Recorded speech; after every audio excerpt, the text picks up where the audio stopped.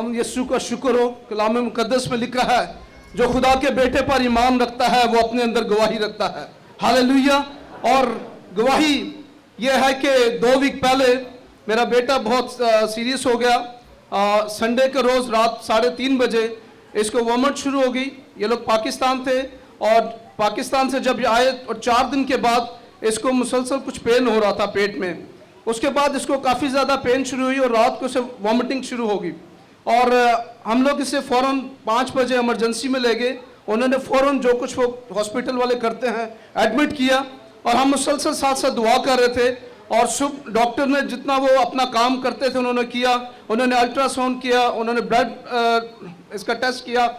वो यही बोल रहे थे कि बिल्कुल ठीक है, इसको कुछ नहीं है। लेकिन गवाही है कि हम 1 हफ्ता वहाँ पर रहे और मैं, मेरी वाइफ, हम वहाँ पर दुआ करते रहे। खुदा के खादम को मैंने फ़ोन किया, वो अपनी मिसेस के साथ वहाँ पर आए। उन्होंने बेटे के लिए दुआ की। ब्रदर एंडरसन मेरे साथ दुआ में शामिल थे फ़ोन पे। पास्टर रोकस मेरे साथ दुआ में थे। हम सब ने शैतान को इस तरह से बीमारी को घेरा और अब मुआवजा लिया। खुदावंद यीशु के फजल से मेरा बेटा सामने है।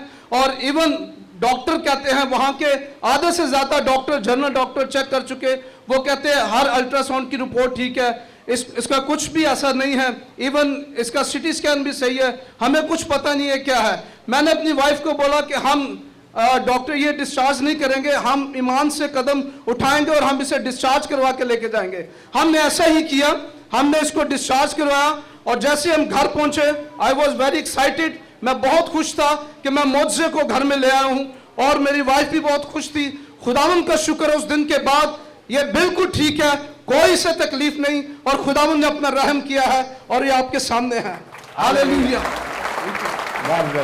इनकी वाइफ के साथ भी बड़ा बहुत मौजूदा हुआ, उन्होंने भी कामल शुआ पाई है और खुदा इनके घर पर रोज मौजे करता है। God bless you. खुदा आपको बरकत दे।